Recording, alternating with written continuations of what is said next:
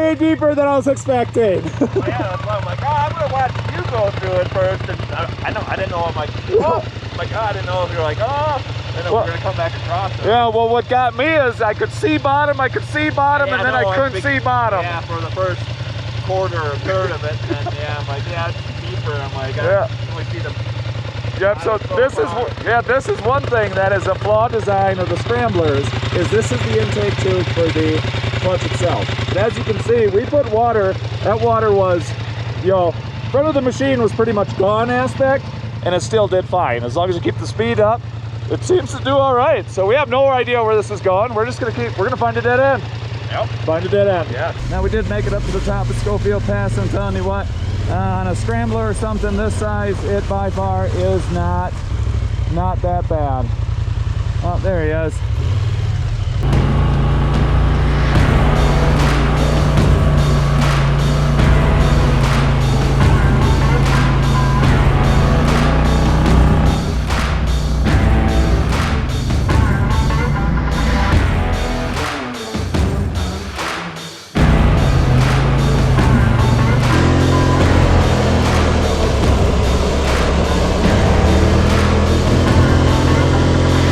You heard him, guys. Just over 10,000 feet.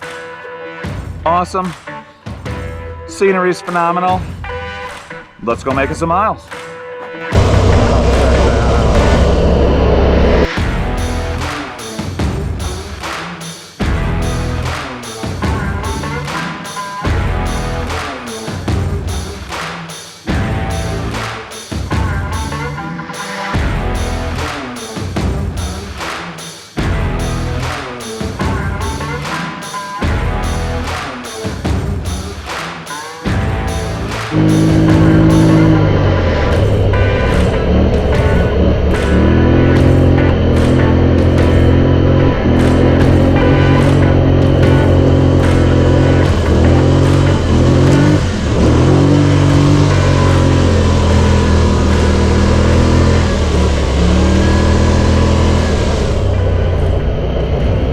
Heck yeah.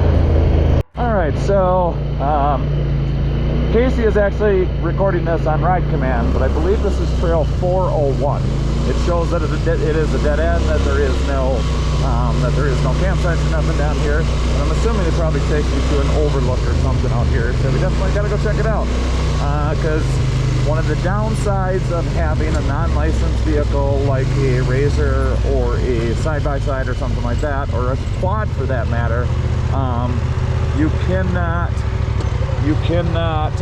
get to Crested Butte. There's a spot where you come to the sign and it's a dead end. So, ooh, that's deep. That's deep. That's really deep.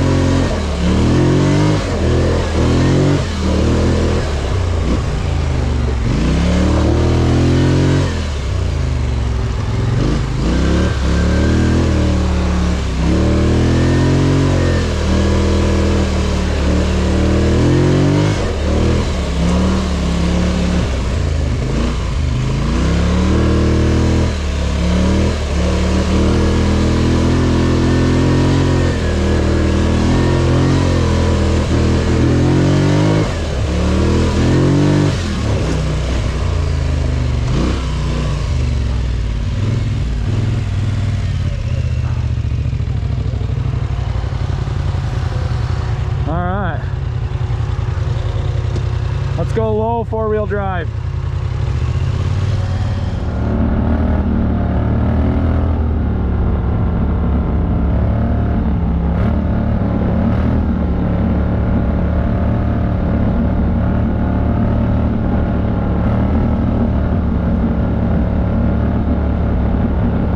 Look at that, guys. That is amazing. What in the world are we doing, guys? And I can't do this without you guys. That's why you smash that thumbs up, guys. Share these videos. I really take pride in as far as the content stuff we make, try to bring beautiful places and try to be helpful to give you the resources to be able to get yourself out here as well, because that is freaking insane. That is an unbelievable view. So like I said, if you aren't already, subscribe, hit that thumbs up, guys, and that notification bell. It really does help the channel out. Even throw a comment out there. Throw me a nice, a great, cool. Things you like, things you don't like, because that's what helps the channel grow. And like we stated before, supporting the people that support us, Bikeman, LOYO, GLife UTV, and a new one yet to come. So let's just keep going up. I feel we're climbing pretty good.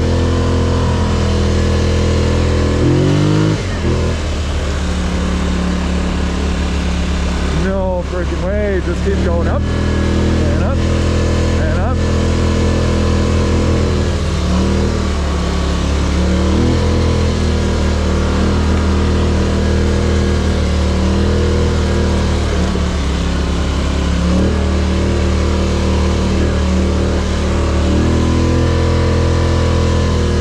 I have not a clue where this goes. Like I said, this is dead end. We did not anticipate coming up this, but by far this is for me one of the cooler little sections we've been on.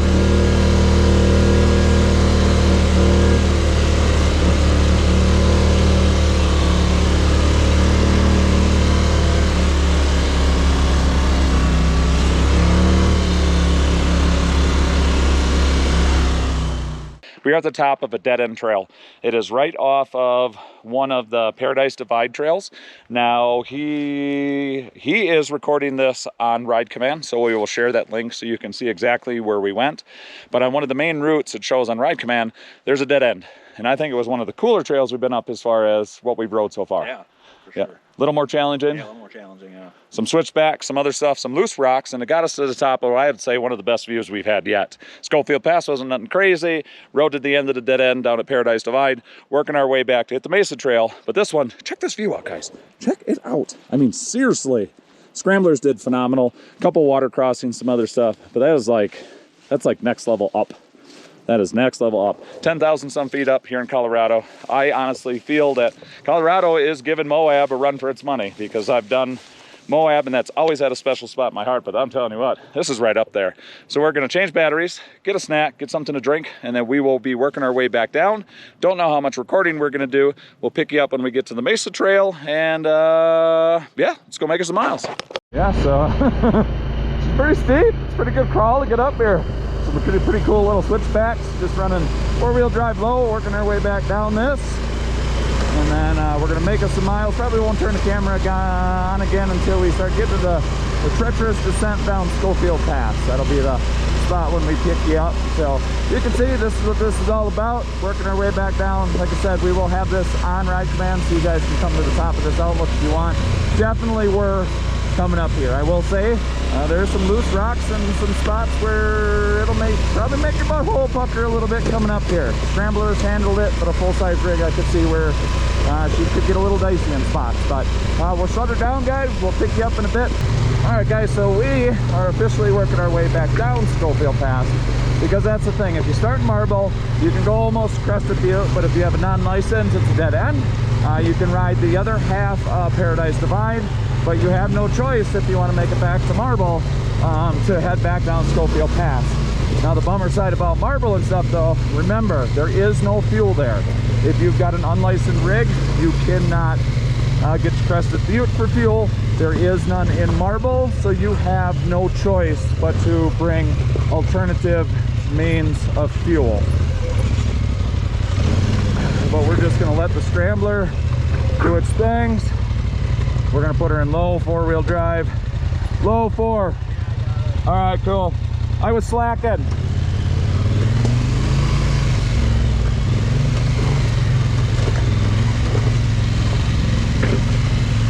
And I know I've said it again. Simply amazed with what this Scrambler's capabilities really are, how well it handled itself. Had myself freaked out coming up Schofield Pass, and this Scrambler it made it easy, which is awesome.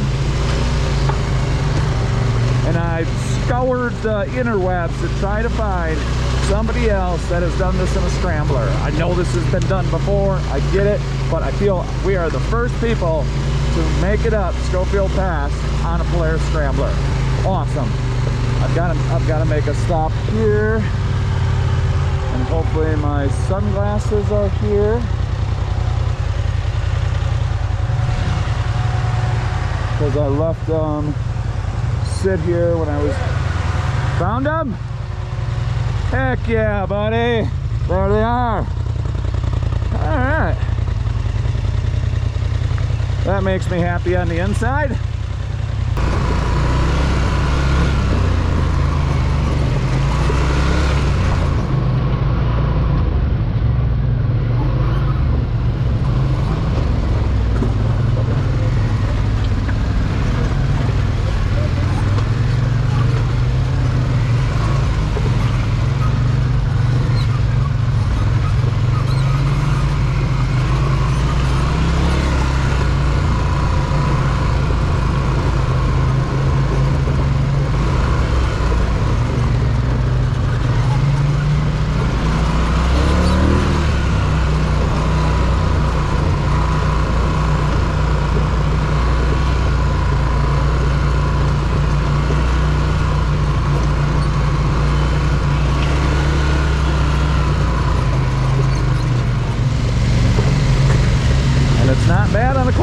I don't know if I'd want to do this on a full-size rig.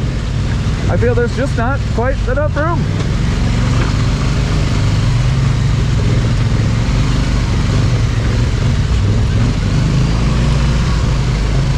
Slow and steady is the name of the game coming down this.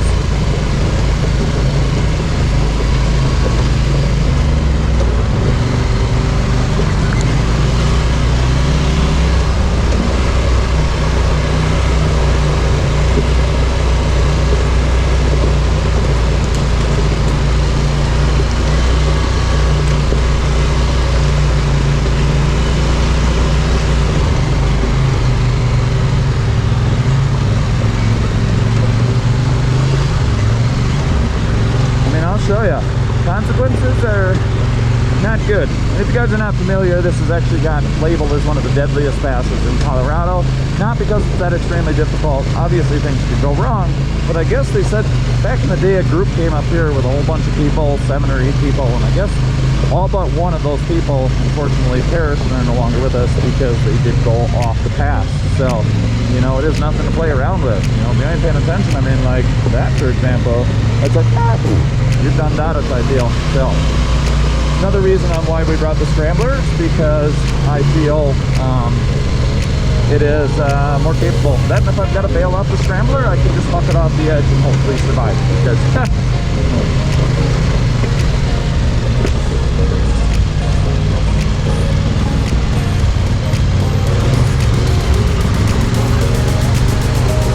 yep, that suspension just does its thing, guys.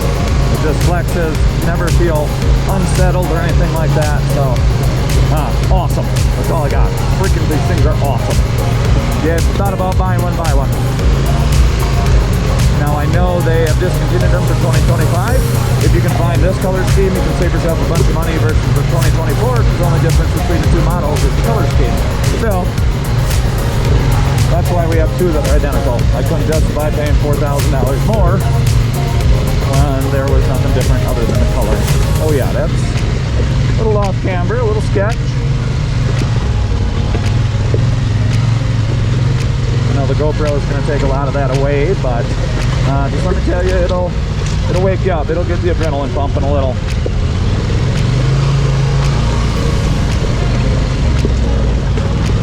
But once again, not once did I feel unstable or unsettled. This is the worst part of the climb right here.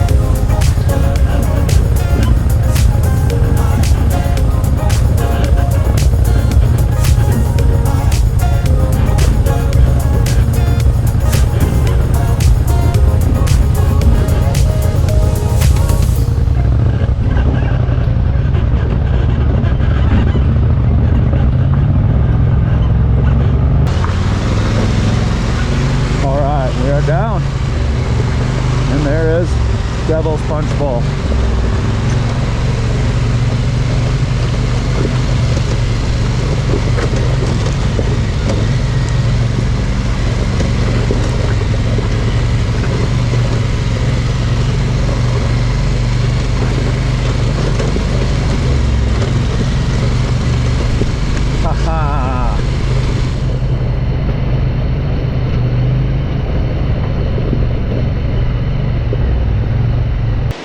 Alright guys, so that is going to do it for this video. That's going to be the end of this crazy epic adventure.